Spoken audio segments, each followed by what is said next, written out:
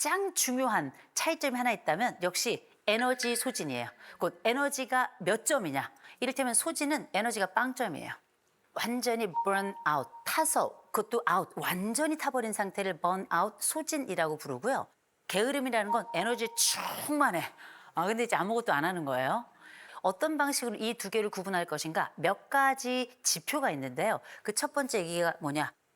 내가 힘들어. 아무것도 하지 못할 것 같아. 그런데 즐거움에 이어서 반응할 수 있는가 없는가요? 내가 완전히 지친 것 같은데 유튜브는 계속 봐. 내가 완전히 지친 것 같은데 친구랑 술 마시러 나가. 이런 것들은 일명 에너지가 남아있다는 뜻이에요. 소진이 있는 사람들은 아무것도 할 수 없습니다. 완전히 바닥에 온몸이 깔려있는 상태라고 보시면 될 것 같아요. 두 번째 특징, 신체 증상이 나타나냐 아니냐예요. 소진이 있는 사람들은 몇 가지 특징이 있죠. 두통이 있어요. 또 만성 피로가 있어요. 그뿐입니까? 나라고 하는 사람이 가지고 있는 움직임 자체가 안 되기 때문에 면역도 굉장히 떨어져 있습니다. 그리고 입안이 자주 헐어요. 그리고 눈이 늘 빨갛고 이런 특징이 있다면 소진이 크게 일어난 사람이다 볼 수 있고 또 하나가 흔적이 있습니다. 내가 왜 이렇게 피곤하지? 내가 왜 이렇게 무기력하지? 그런데 게으른 사람들은 그 이전에 2, 3일 전을 생각해 보죠. 그때도 한 일이 없어. 그런데 소진이 있었던 사람들은 그 이전에 분명히 엄청나게 달렸던 기억들이 있어요. 그 흔적들이 선명합니다. 그렇구나. 또 하나, 게으른 완벽주의자 들어보셨죠? 완벽하게 어떤 결과가 나올 것 같지 않으면 난 시작도 하지 않아. 완벽주의 때문에 생겨나는 이 무기력, 이 양상을 동반하고 있는 건데 요새 20대들이 이 게으른 완벽주의자들이 좀 많거든요. 어렸을 때부터 학원을 다녀가지고 진짜 열심히 살았어요. 근데 막상 달려봤더니 아무것도 없는 거예요. 그랬을 때 이 사람들이 경험하는 일종의 무기력 같은 것들이 실패를 한다면 이건 무능이야. 실패와 무능을 동가로 치는 이어지는 더 중요한 것들을 선택할 때에도 계속 영향을 미친단 말이에요. 그래서 이거는 남이 어떻게 할 수가 없어요. 이거는 스스로가 자기를 인정해주고 스스로가 자기의 점수를 매겨줘야 돼요. 게으름 완벽주의자들이 요청하는 점수는 100점 만점에 늘 100점입니다. 근데 스스로 얘기해야 돼요. 60점도 괜찮아. 이렇게 말해줘야 돼요. 매일 일지처럼 한번 적어보세요. 이걸 어쩌면 우리는 60점 일기라고 적어보면 좋을 것 같아요. 이 세 가지 질문을 꼭 했으면 좋겠어요. 나는 오늘 어떤 시도를 했었나? 내가 한 가지라도 시도한 게 있다? 그러면 나는 괜찮은 거예요. 두 번째, 난 오늘 하루 중에 무엇을 배웠나? 한번 적어보세요. 세 번째, 그래서 어제보다 나는 어떤 점이 좋아진 게 있나, 나아진 게 있는가 한번 적어보세요. 이것만으로도 우리의 마음은 훨씬 더 좋아질 거고요. 그 일기가 하루하루 쌓이다가 결국 우리는 60점이 아니라 내 삶이 만점의 삶으로 곧 나라는 삶이 이만해도 충만하구나라고 하는 자기 인정의 상태로 들어갈 수 있을 거예요.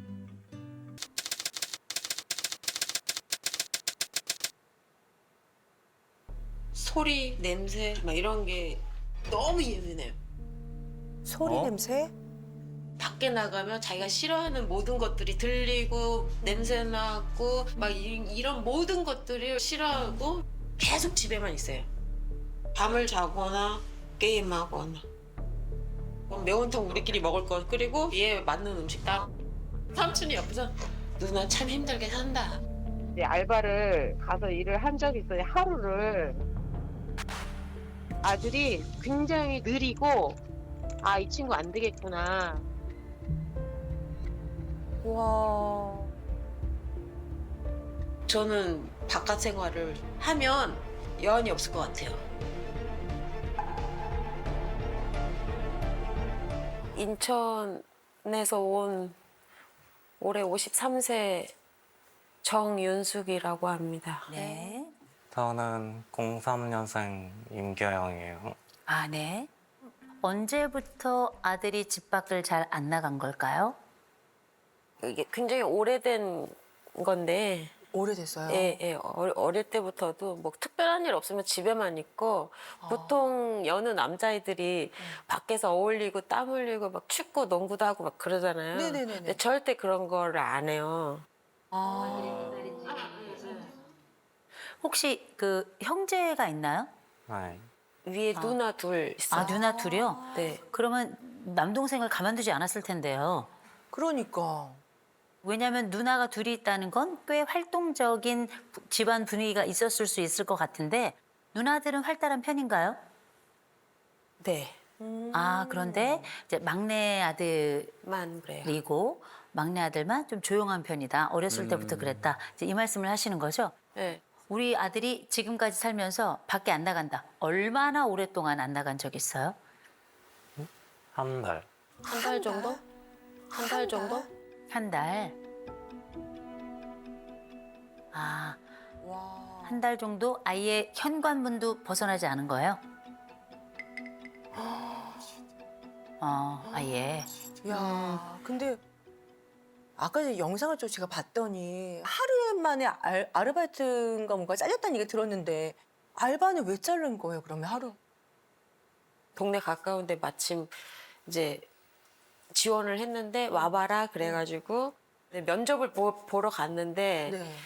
그 사장님이 일을 시켰나 잘하나 못하나 일까지 시켜봤는데 애가 이렇게 손을 막 발발발발 떨고 그 덩치에 비해서 힘을 잘 못 쓰는 것 같고 좀 힘들어하는 게 느껴지니까 그 우리랑 인연이 아닌 것 같다. 더 체력을 늘려서 와라. 뭐 그렇게 그런 식으로 이제 좋게. 실례지만 무슨 알바? 아, 닭 튀긴 시장통 안에 뭐 닭튀김집이었는데 아, 각종 치킨집. 튀김도 팔고 막 그랬나 봐요. 그런데 그날 밤에 와가지고 네. 버스 타고 오는 과정에서 자기가 눈물이 났대요. 눈물이 났다. 네. 나는 무슨 일을 잘 못한다고 못하는 사람이라고 스스로 그렇게 느끼고 잘 말을 하고 막 이러니까 그런 생각 가지면 안 되는데 사회생활 하는 게 얼마나 역경이 많아요. 맞아요. 별의별 일을 다 겪는데 그런 건 아무것도 아니다. 그렇게 얘기를 해도 잘 이제 피부로 와닿지는 않는 것 같아요. 아니 근데 제가 듣기에 24살이라고 하셨는데 졸라인데. 아들이 그 밖을 나가기 두려워하는 어려워하는 이유가 있을까요, 어머님? 일단 타고난 성격 자체가 여리고 소심하고 예민하고 밖에 나가서 이 소리, 소리. 소리, 냄새. 냄새. 그러니까 밖에 나가면 너무 많은 것들이 다 자극이구나. 이게 자극을 하잖아요, 자기를. 그러니까 그런 거에 대해서 되게 예민한 것 같아요. 집 자체가 그냥 편한 거죠. 아무 자극이 없으니까. 예. 그리고 김치를 제가 사왔는데 저는 아무렇지도 않아. 근데 김치에서 세제 맛이 난다는 거야. 세제 맛. 그럼 저는 전혀 모르겠거든요. 세제 맛.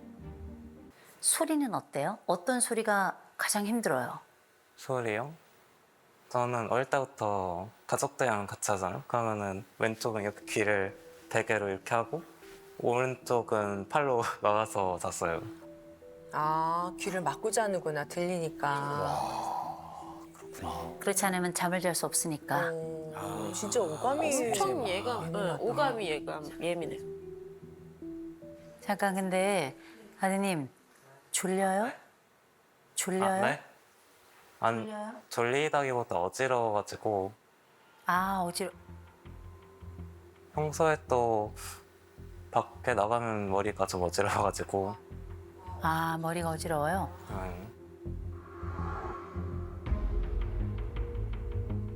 지금까지 우리가 나름 또 일도 해보려고 했어요. 근데 뭔가 좀 잘 안 됐죠.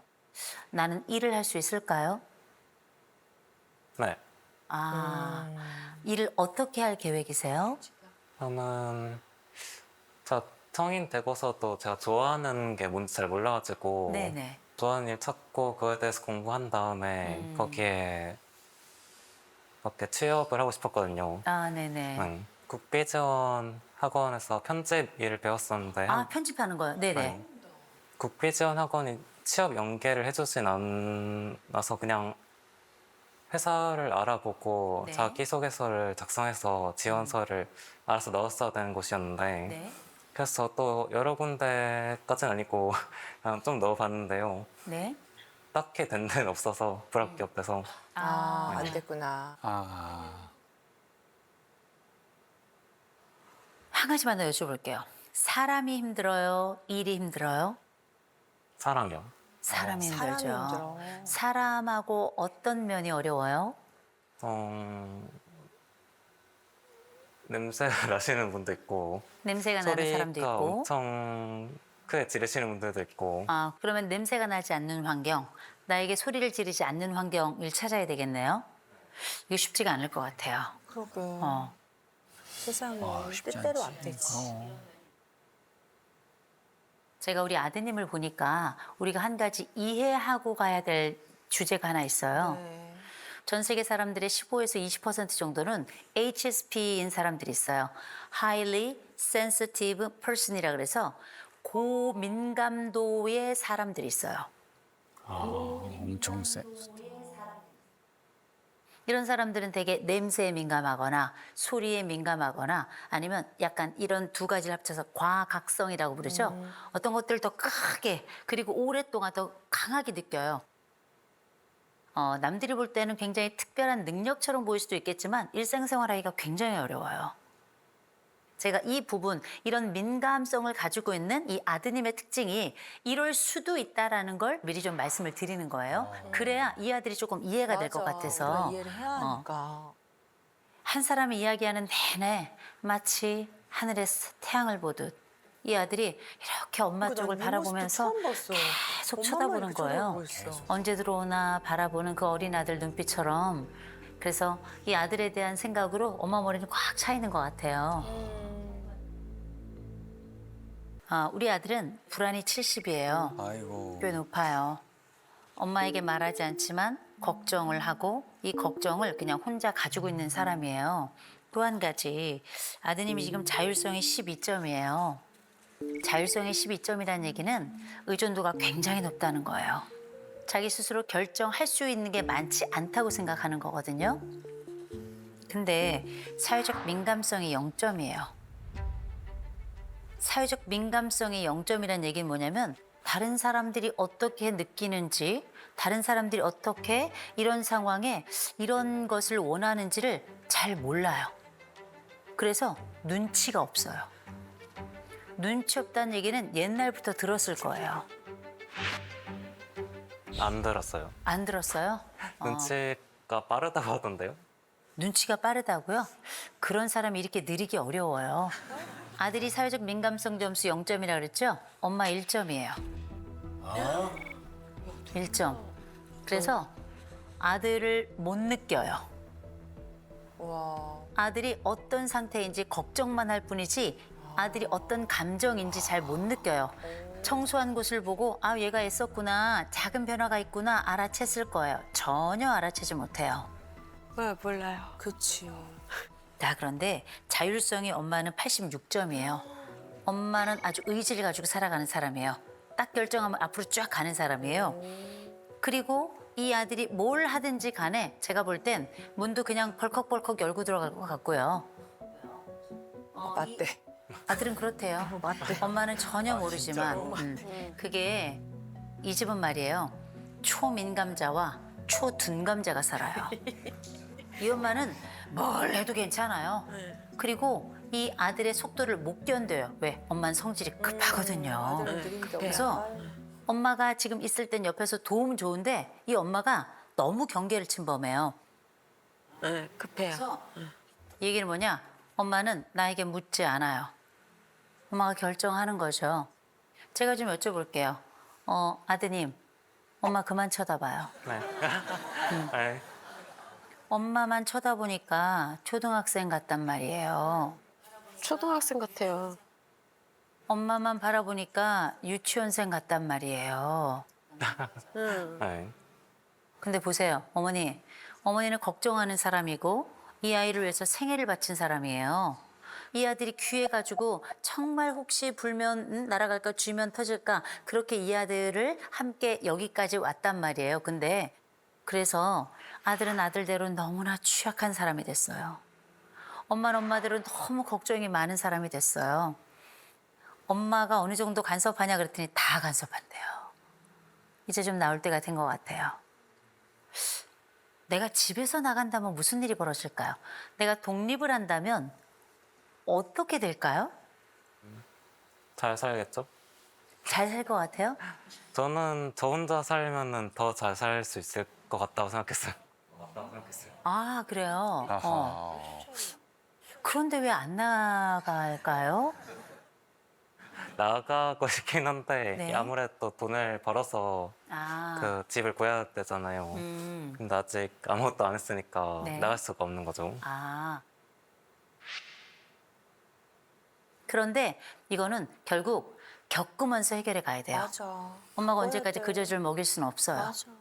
용기 내서 부딪히고요. 맞아요. 어깨빵도 좀 이렇게 당해야 되고요. 맞아요. 어깨빵이라는 건 뭐냐면 사회의 어깨. 먹어야 돼. 어머니 저 보세요. 어머니가 오늘 돌아가시면 이 아들 어떡하죠?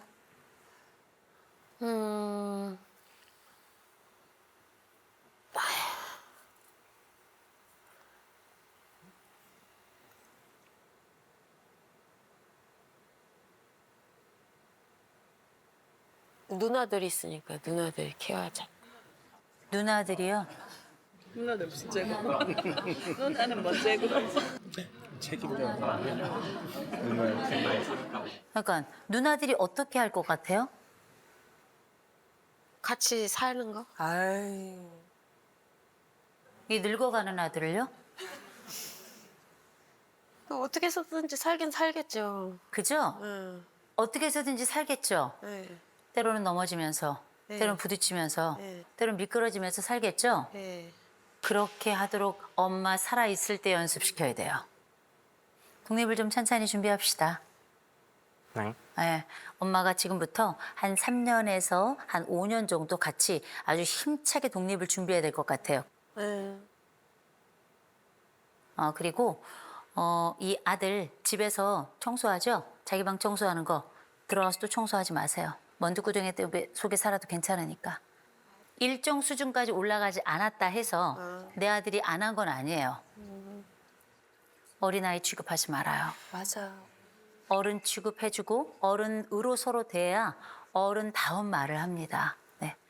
그리고 지금 아드님이 감각이 굉장히 민감하죠. 네. 굉장히 민감해서 제가 한 가지 좀 과제를 드릴까요?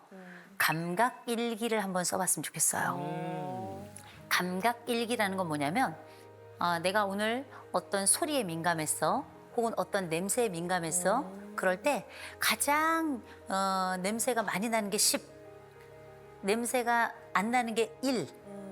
그러면 나는 오늘 이 냄새가 몇 점인지, 이 소리가 몇 점인지 한번 적어보세요. 그럴 때 어떤 때 내가 좀 평안해졌는지 그 환경을 찾는 거예요. 지금 민감화돼 있는데 둔감화 과정을 좀 거치는 걸 했으면 좋겠다라고 제안을 드리는 겁니다. 네.